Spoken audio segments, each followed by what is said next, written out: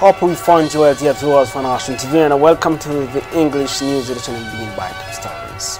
We've urged you to the effective implementation of public finance reforms.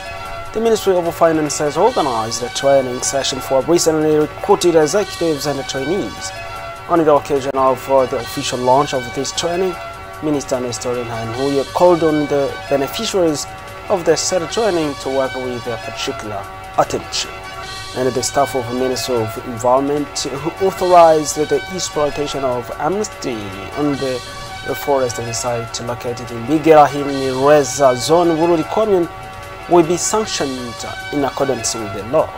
This was announced on Wednesday by Minister Prosperi Dodiko during his visit to the site for an on-the-ground assessment. These were headlines. Welcome to news in details. I'm Joseph Mundajamo. The Minister of Finance, Nestor Nhanhuye, visited the SN stores in the city of Bujumbura on Thursday to assess the state of use of the electronic invoicing machine. The findings were unsatisfactory, and the minister issued a final warning to the traders who are not complying with this method that the use of this device is compulsory.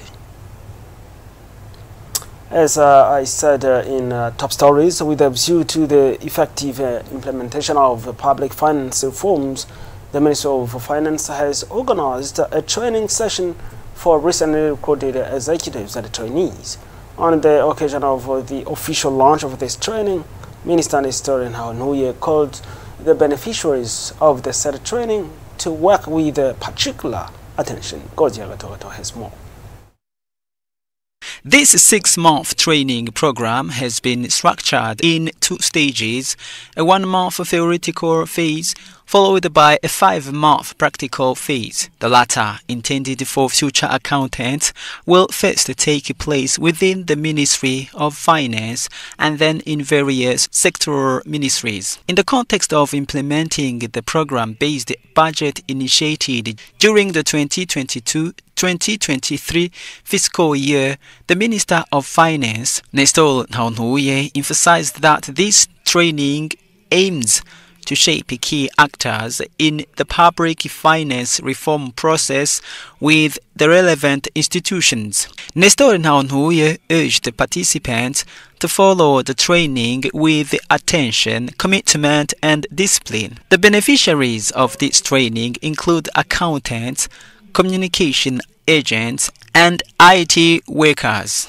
For his part, the representative of the European Union in charge of cooperation in Burundi welcomed the progress already made by the government in the area of public finance reform. He reaffirmed the European Union's commitment to supporting the country in continuing these reforms.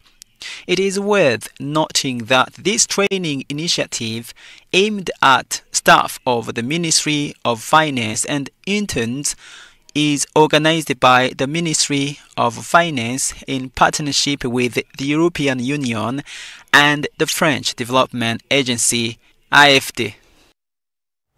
And the Burundi Red Cross, in collaboration with the Belgian Red Cross, donated this Thursday a kit of folding beds to the National Blood Transfusion Center. Dr. Felician Zotungwanayo, the center's Director General, welcomed the donation as it facilitates the smooth running of blood donation. Jackson Irakoze reports. This equipment, donated by the Burundi Red Cross in collaboration with the Belgian Red Cross, consists of folding beds designed to provide a greater comfort to blood donors. The representative of the Belgian Red Cross in Burundi stated that they aim to improve the safety and comfort of blood donors during blood collection drives. Saskia Birds points out that with this donation, They hope to improve the safety and comfort of blood donors during mobile collection and to strengthen their partnership with CNTS Burundi. They will continue to work with the Burundi Red Cross to recruit enough voluntary and paid blood donors and to support CNTS in its mission to provide sufficient blood for all patients in need. Dr. Felicien Zotungwanayo, Director General of the National Blood Transfusion Center, CNTS in French acronym, welcomed the support, emphasizing that the equipment arrives at the right time as it will allow proper positioning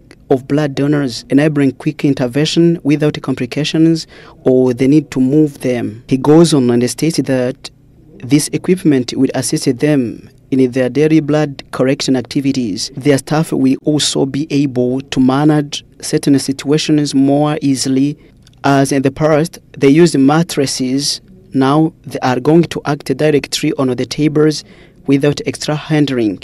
It is worth noting that, in general, all citizens are encouraged to participate in this act of blood donation, and eligible individuals are those in good health, not taking medication, not pregnant, and not breastfeeding.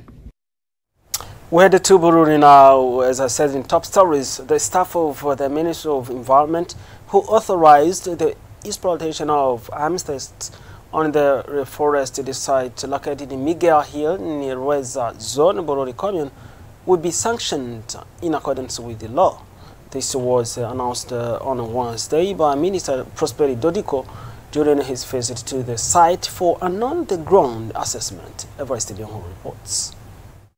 During its official visit, the Minister of Environment, Prosper Dodiko, toured the reforested area planted with the pine trees on Migela Hill located in Rweza Zone, Bururi Province. This site is known to contain mineral deposits, particularly amethysts, for which operators in the mining sector have requested exploitation licenses. The minister expressed concern over the inconsistencies in environmental reports related to the site, noting that different staff members within the ministry submitted conflicting assessments regarding the environmental impact or extraction there. Minister Dodiko revealed that one operator had applied for a license to exploit the mineral and the environmental impact report provided was favorable.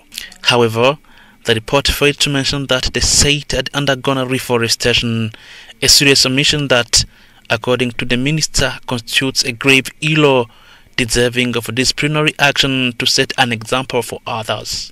He further explained that another operator had also requested an environmental assessment for the same mineral on the same site. In this case, the ministry rejected the request on the grounds of reforestation, a contradiction that raises serious concerns about the integrity and the consistency of the ministry's procedures. The minister concluded by affirming that appropriate sanctions would be imposed to discourage such discrepancies, which not only undermine the ministry's credibility but also mislead the stakeholders in the mining sector. We're back to Bujumbura before closing. In this Thursday's Environment Chronicle, we'll go to the Hill Gakungwe, Kabezi Commune of Bujumbura Province, where the association Itwikenure, which manufactures claybreads, says it respects the laws protecting the environment. Elsie Kamkama was on the ground. Itwikenure Cooperative, located on Gakungwe Hill in Kabezi Commune, Bujumbura Province, comprises 27 members engaged in artisanal brick production, operating legally. The cooperative holds permit from the Burundi Office of Mines, OBM, and the Burundi Office for Environmental Protection, OBPA, ensuring compliance with national mining and environmental regulations. The brick-making site is bursting with activity involving youth, women, and students on school holidays. For students, the income helps purchase school supplies and support their families, while women use their earnings to contribute to household needs. Demonstrating environmental responsibility, the cooperative fills in the pit left after clay extraction to prevent accidents, particularly to protect wildlife such as hippos from falling into them, or drowning of children and other adults. This is the end of our news edition. Thanks again for being with us. Keep watching our programs.